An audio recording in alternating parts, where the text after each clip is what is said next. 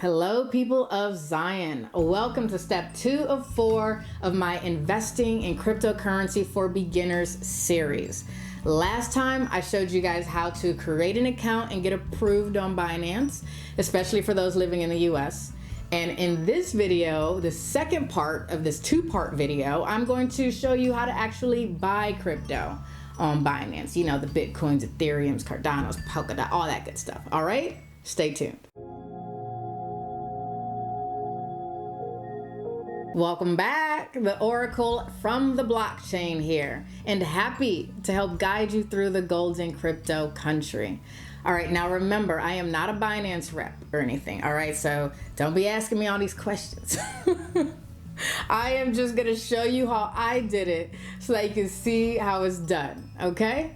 Let's get to it. All right, so now that we've gotten the email saying that we have been approved on the exchange, we're gonna want to fund our account with cash or fiat so that we can start buying crypto. On Binance's website, go to the identity verification page under your account name and click on the now highlighted manage button next to payment management. Click add a new account and select payment method. I did ACH so that I didn't have to pay any fees on my fiat transfers. It being the only free option makes it the cheapest option. Then they'll let you know that Binance has used the company Plaid to link your bank, and click continue to select your bank. Enter your bank credentials and verify your identity with a call or a text, and you'll get an email confirmation once you do. Your bank account will now be shown and you can make a deposit. Your deposit must be a minimum of $10, but keep in mind that in order to buy coins like Bitcoin or Ethereum and things like that, you're gonna have to spend a minimum of $20.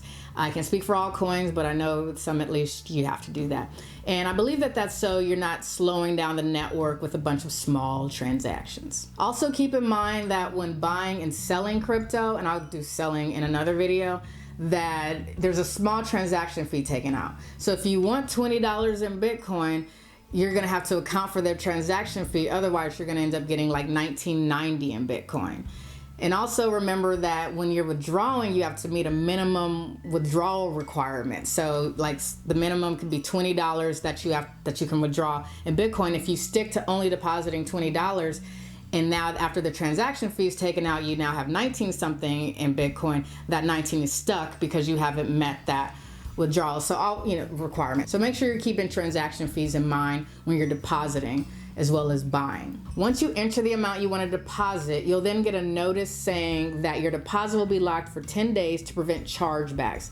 So don't plan on transferring any of those funds to another wallet or exchange or anything before that time is up. Once you approve that, your deposit will be in progress and you can check deposit history to see your proof of deposit. In my experience, it going from pending to successful so far has never taken more than 5 seconds, but remember, times may vary. Now you are officially free to start buying your crypto. However, remember, an exchange is not the safest place to have your crypto stored in the event of a hack.